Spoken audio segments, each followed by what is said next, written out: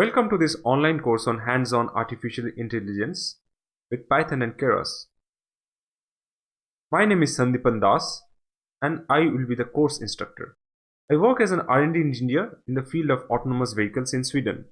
I generally work with different sensors, and in my day-to-day work I develop machine learning algorithms and models for contextual understanding of the environment.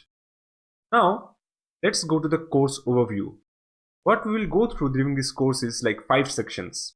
In section 1, we'll set up our environment so that the environment which I have is same as the environment which you have. This is important to learn the different machine learning models and develop your algorithms based on what we discussed during the course.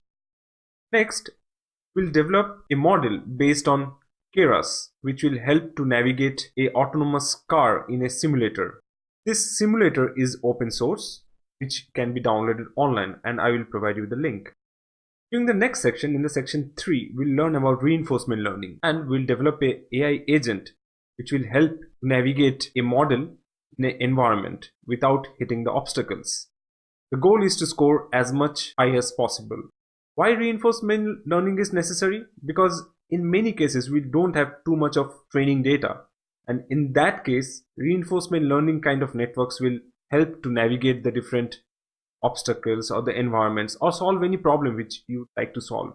Then in section 4, we'll learn about neural network style transfer. What is style transfer? Let's say you have different images and you have different artists who paint their images in a different style. So here we have a Van Gogh style image and we have a normal content image. So our neural network will blend the Van Gogh style into the normal image and develop a different picture. This is a very interesting project which we will go through, and this is also developed on Keras.